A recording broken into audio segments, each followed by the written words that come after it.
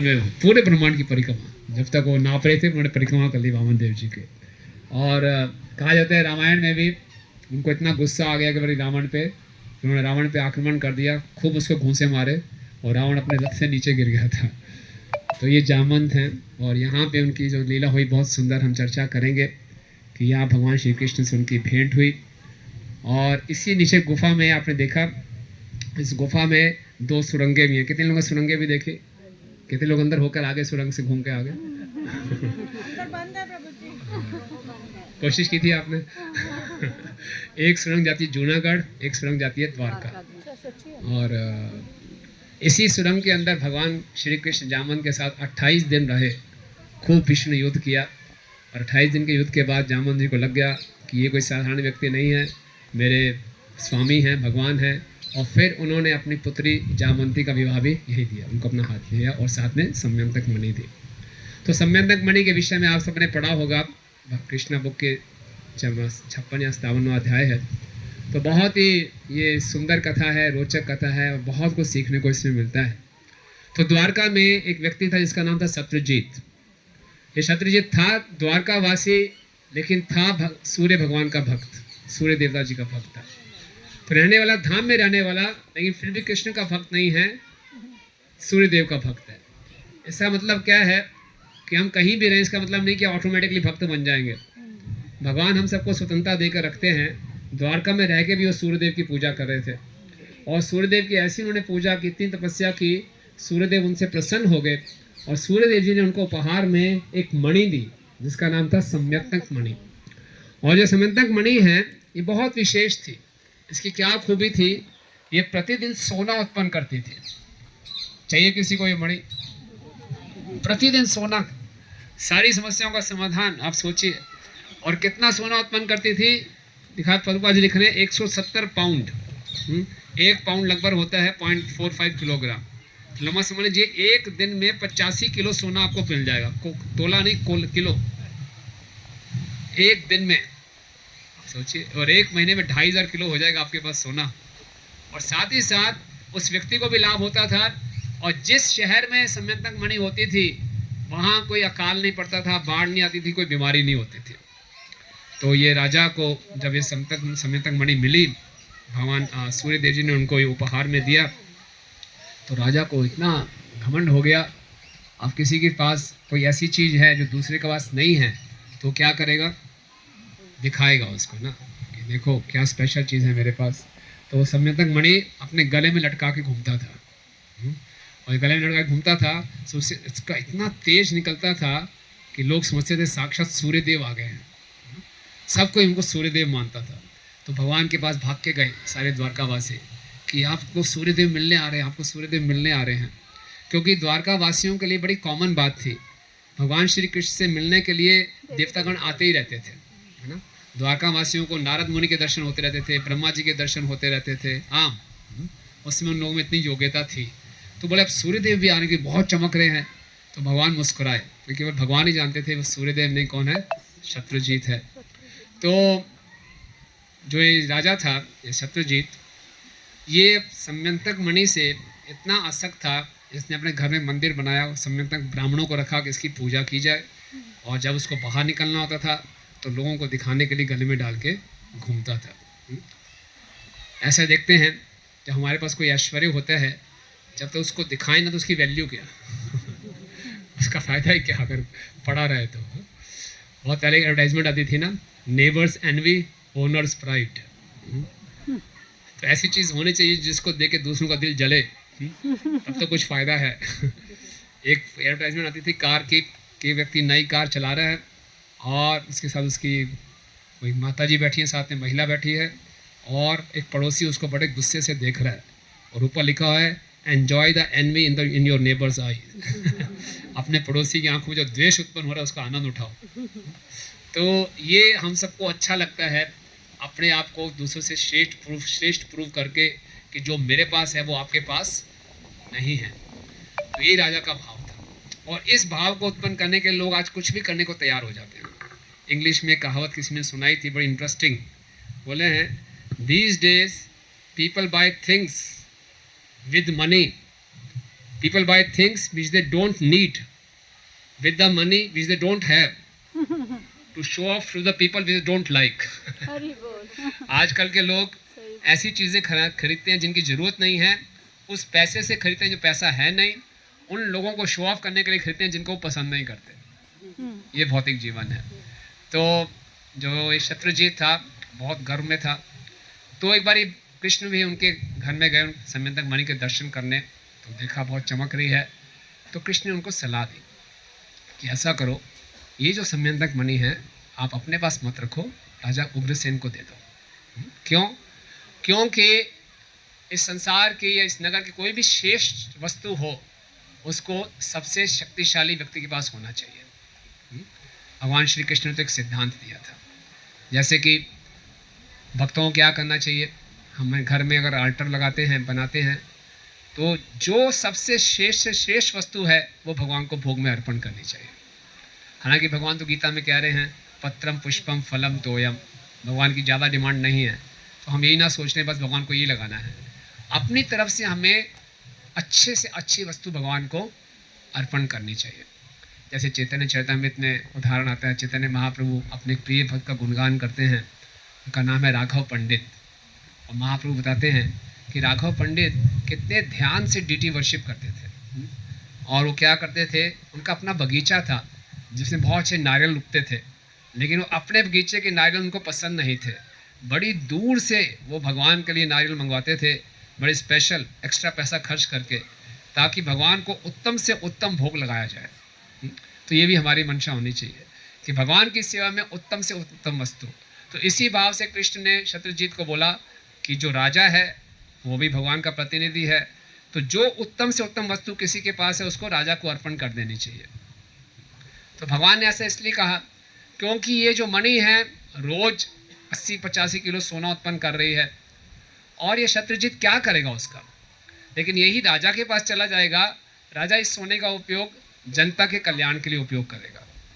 लेकिन जो शत्रुजीत था उसको बहुत अहंकार था, उसको बहुत आसक्ति थी, उसको लगा ऐसा क्या, तपस्या मैंने की, सूर्यदेव को मैंने प्रसन्न किया, उन्होंने मणि मुझे उपहार में दी, मैं उग्र सिंह को क्यों दूँ। तो उन्होंने भगवान की आज्ञा का पालन नहीं किया। तो होता क्या है, जब हम बहुत ज़्यादा किसी भौतिक वस्तु से आसक्त होते हैं तो वो आसक्ति हमसे अपराध कराती है। साक्षात भगवान उनको आज्ञा दे रहे हैं, परामर्श दे रहे हैं कि ये मणि आप उग्रसेन को दे दीजिए, उन्होंने इस पर ध्यान नहीं दिया, उन्होंने सोचा नहीं ये तो मेरा अधिकार है, मैं इसको राजा को क्यों दूँ, मेहनत मैंने की है, इसका फल भी मुझे भोगना चाहिए। तो उससे पहला अपराध ये हुआ। तो भगवान बोले कोई बात नहीं, भगवान वापस आ गए, भगवान जबरदस्ती तो किए नहीं कि मणि छीन लेंगे। तो हुआ क्या, उनका एक छोटा भाई था जिसका नाम था प्रसन्नजीत। तो प्रसन्नजीत एक बार शिकार करने गया, तो उसको भी था हमारे घर में मणि है, सबको पता चलना चाहिए, तो शिकार करने भी जाला, घोड़े पे बैठ के तो मणि डाल के जा रहे हैं, शो ऑफ करना तो मणि डाल के निकला शिकार पे, कोई आवश्यकता नहीं थी मणि डाल के शिकार करके जाने की, तो निकल पड़ा।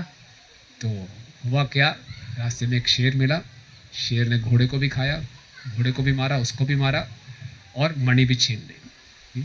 शत्रुजीत वापस नहीं आया, सॉरी प्रसन्नजीत वापस नहीं आया। तो अब जब वापस नहीं आया तो जो शत्रुजीत था इसको शक हो गया, कृष्ण ने मुझसे मणि मांगी थी, मैंने कृष्ण को मणि नहीं दी, ये सारा का सारा खेल कृष्ण का है, मेरे भाई को मरवा दिया और उससे मणि छीन ली। देखिए दूसरा अपराध, आसक्ति के कारण। जब हम किसी चीज़ से आसक्त हो जाते हैं तो उसको अपने पास रखने के लिए किसी भी हद तक व्यक्ति जा सकता है, और उसने खाली सोचा ही नहीं, अफवाहें उड़ानी शुरू कर दी। हालांकि द्वारका में जितने लोग थे ज़्यादातर भगवान कृष्ण के भक्त थे, फिर भी कुछ ना कुछ तो ऐसे लोग थे जिनको अफवाहें सुनने में, फैलाने में आनंद आता है ना। अफवाहों में एक अलग ही रस है जो कथा में रस प्राप्त नहीं होता, अफवाहों से में रस प्राप्त होता है। पता चला क्या, ये सुनते सुनते कई बार वापस अपने पास ही बात आ जाती है, तो बहुत कई बार इंटरेस्टिंग घटनाएं होती हैं। तो अफवाहें फैल गई। अब भगवान श्री कृष्ण को बिल्कुल भी अच्छा नहीं लगा। हालांकि भगवान श्री कृष्ण को इससे कोई फ़र्क नहीं पड़ने वाला था, उनको तो बचपन से ही लोग माखन चोर बोल रहे हैं चित चोर बोल रहे हैं, गोपियों के वस्त्र चुराए, तो वो तो चोर उनको सुनने की आदत थी। लेकिन वृंदावन में जो गोपियाँ उनको चोर कहती थी, वो बड़े प्रेम से बुलाती थी। उनके पीछे गोपियों का प्रेम होता था और भगवान को भी सुन के अच्छा लगता था, गोपियों को भी बोल के भी अच्छा लगता था। लेकिन ये जो शत्रुजीत भगवान को चोर बोल रहा है, इसके पीछे उसका द्वेष है और इसमें कोई प्रेम नहीं है, तो भगवान को भी अच्छा नहीं लग रहा। तो भगवान ने सोचा कि मुझे इसका कुछ खंडन करना चाहिए। देखिए शत्रुजीत ने क्या किया, बिना कोई तथ्यों को जाने कि क्या सही है क्या गलत है, तुरंत एक निष्कर्ष पे पहुंच गया। ये प्रवृत्ति किन लोगों की होती है, तुरंत निष्कर्ष पे पहुंचने की? ऐसा होता है ना, कई बारी हमें कुछ दिखता है कि किसी ने हमारे साथ सही व्यवहार नहीं किया, तो हम तुरंत निष्कर्ष पे पहुंच जाते हैं, जरूर इस व्यक्ति को इसके काम उस व्यक्ति ने भरे होंगे। है ना, मैंने देखा था वो आपस में बात कर रहे थे, जब से मैंने देखा दोनों आपस में बात कर रहे हैं, इस व्यक्ति का रवैया बदल गया मेरे प्रति, ऐसा होगा। तो तुरंत हम कंक्लूजन पे पहुंच जाते हैं। तो किस चीज़ का लक्षण है ये? हाई रजोगुण। जिनका रजोगुण बहुत हाई होता है वो तुरंत निष्कर्ष पे पहुंचते हैं बिना तथ्यों को जाने। और ये बहुत खतरनाक है। कहते हैं the most dangerous jumping, most dangerous jumping ये नहीं है कि आपने हिमालय से नीचे कूद लगा दी। Most dangerous jumping is jumping to conclusions. किसी को देखकर अपना उसके प्रति मत बना लेना कि ये व्यक्ति ऐसा है, इसने ऐसा किया होगा, ये बहुत खतरनाक है। तो शत्रुजीत ने एज्यूम कर लिया कि कृष्ण ने ही चुराई होगी। हम कई बार बहुत एजम्पशंस करते हैं। एजम्पशंस और कौन सा साधारण शास्त्रों में उदाहरण है कि किसी ने दूसरे को देखकर एजम्पशन की और बहुत बड़ा जिसे कहते हैं दुर्घटना हो गई।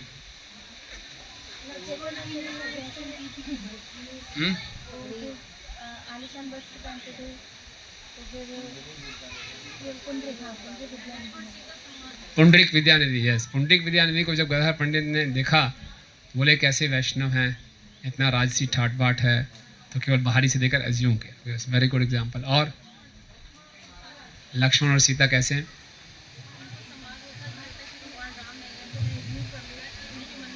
हाँ सही बात है। महर्षि के पीछे भगवान राम गए तो महर्षि ने उनको पुकारा, लक्ष्मण मेरी रक्षा करो। तो लक्ष्मण जा नहीं रही, तो सीता मैया ने कितनी बड़ी बुरी बुरी बातें उनको सुनाई कि तुम्हारी नीयत खराब है, एज्यूम कर लिया। और ऐसा कौन सा उदाहरण? यस माता जी। सुदामा जी का क्या? हाँ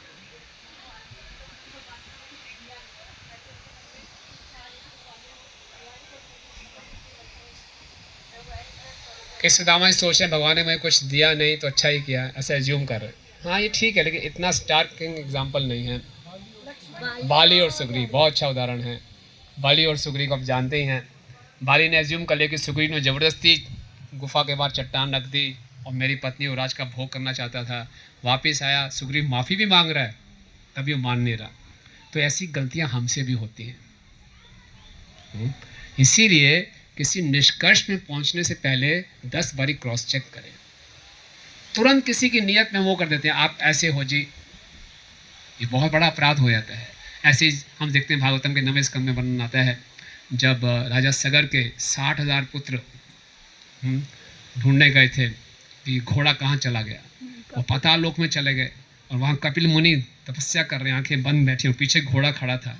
बोला यस ये ढोंगी योगी है, इसी ने हमारा घोड़ा चुराया है। इतना सोचने मात्र से ही इतना बड़ा अपराध उन्होंने भगवान कपिल देव के पीछे किया। अपने ही अपराध की अग्नि में वो जल के राख हो गए। कपिल देव जी ने गुस्सा नहीं किया, अपने ही अपराध की अग्नि में वो जल गया। दक्ष और शिव जी ने प्रणाम नहीं किया तो कितना बड़ा उन्हें बवाल खड़ा कर दिया। इसीलिए इन एजम्पशन से बचना है। हिंदी मूवीज देखते हैं आप? देखते थे ना? देखते, कोई बात नहीं, देखते कोई गलत बात नहीं है। तो जो देखते थे हम हिंदी मूवीज, तो उसमें देखते थे स्टार्टिंग में गलत फहमी हो जाती थी, उसमें 3 घंटे बर्बाद होते थे सब। एक छोटी सी गलत फहमी 3 घंटे बर्बाद, है ना?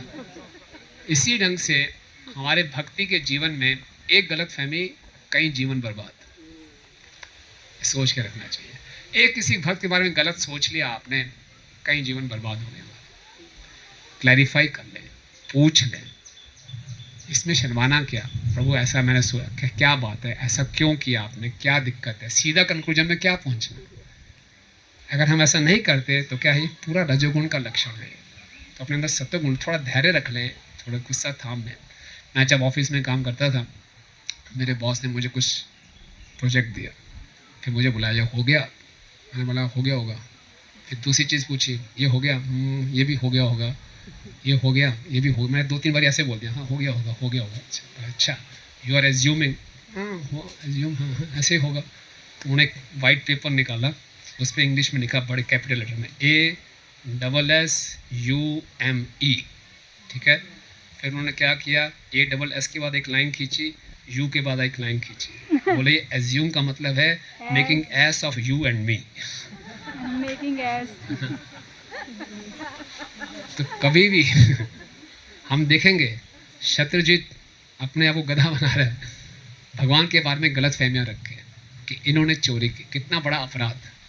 परम पुरुषोत्तम भगवान के ऊपर ऐसा अपराध लगा रहा है, लेकिन भगवान ने कहा अब इसको ठीक करना है। तो भगवान ने क्या किया, द्वारका के कुछ निवासियों को इकट्ठा किया और जंगल में गए ढूंढने के लिए।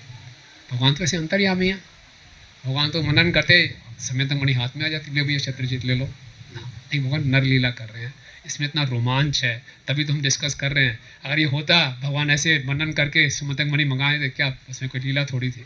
तो भगवान जंगल में गए, ढूंढ रहे हैं, तो देखा कि घोड़े के निशान कहाँ गया, ये प्रसन्नजीत का घोड़ा यहाँ पे गया। फिर देखा कुछ देर के बाद घोड़ा मरा हुआ मिला, फिर थोड़ा और आगे गए, देखा प्रसन्नजीत मरा हुआ मिला। किसने मारा इसको, देखा हाँ शेर के पंजों के निशान है, शेर ने मारा। फिर शेर कहाँ गया, फिर शेर के पंजों को ढूंढते ढूंढते आगे गए, तो देखा एक गुफा की तरफ है, और देखा फिर शेर भी मरा हुआ है। शेर को किसने मारा, कोई हथियार नहीं है, किसी के नाखूनों से है, हाँ हो सकता है किसी रिछ ने मारा हो। फिर और आगे गए, तो गुफा दिखाई दी, ये गुफा दिखाई दी। तो भगवान ने कहा लगता है इसी गुफा में रिच होगा, तो चलते हैं। तो सारे जो द्वारकावासी थोड़े हिचकिचा रहे थे गुफा में जाने के लिए, है ना, तो बोले ठीक है आप बाहर रुकिए, मैं होके आता हूँ। तो भगवान गुफा में प्रवेश कर गए। जब गुफा में प्रवेश किए तो अंदर बहुत बढ़िया, अंदर जैसे पूरा साम्राज्य था, और देखा कि वो जो शेर का वध किया था किसने, जामवान ने। जामवान में कितने शेरों का बल था, 1,00,000 शेरों का बल था। उसके लिए एक शेर को मारना इसे मच्छर के मारने का समान है। तो उसे मार दिया आराम से, और उसके हाथ से सम्यतक मणि ली, और वापस अपने जब घर में आया तो सम्यतक मणि को अपने बेटे को खेलने के लिए दे दिया। तो जब भगवान नीचे पहुंचे तो छोटा सा बच्चा सम्यतक मणि के साथ खेल रहा है, साथ में एक नर्स उसकी आया खड़ी है। भगवान अरे ये पड़ी है सम्यतक मणि। जो उस आया ने देखा है कृष्ण है, वो जोर से चिल्लाई, उससे कोई छीनने आ गया। जब आया की आवाज़ सुनी तो जामवंत भाग के बाहर आए। तो जामवंत उस समय पहचान नहीं पाए कि जो कृष्ण है पर उनके इष्ट हैं, राम भगवान राम ही हैं, वो जो कृष्ण हैं उन्हें पहचान नहीं पाए। तो बड़ा गुस्सा आया, उन्होंने यही सोचा कि मैं ये यहाँ पर इस मणि को चुराने आया है।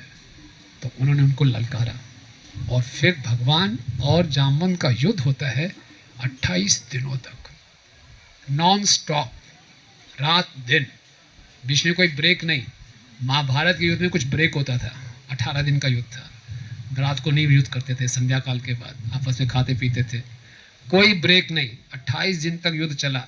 पहले अपने काफ़ी अस्त्र शस्त्रों से युद्ध चला, फिर एक दूसरे के ऊपर काफ़ी पेड़ पौधे फेंके, फिर एक दूसरे के ऊपर पत्थर फेंके, फिर मुष्टि प्रहार किया। जब 28वें दिन तक युद्ध चलता रहा, फिर जामवंत को कुछ थकावट महसूस हो रही है ना। बोले ऐसी थकावट कैसे महसूस हो सकती है, मुझसे ज़्यादा शक्तिशाली कौन जीव हो सकता है, कोई जीव नहीं है। अगर कोई मुझसे शक्तिशाली हो सकता है तो एक ही प्राणी हो सकते हैं, वो कौन है, स्वयं मेरे भगवान। तो तब उन्होंने पहचाना कि ये भगवान है। तो यहाँ श्रील प्रभुपाद जी बहुत सुंदर हमें संदेश देते हैं। पहले जामवंत ने भगवान को पहचाना क्यों नहीं, ये भगवान है, जामवंत तो बहुत अच्छे भक्त हैं, क्यों नहीं पहचाना, तो उसके 2 कारण हैं। पहला कारण जो दिखने में लग रहा है कि जामवंत भी अपने पुत्र से और उस सम्यतक मणि से बहुत आसक्त था। आसक्ति के कारण उसको क्रोध आ गया, और क्रोध के कारण भगवान को पहचान नहीं पाया।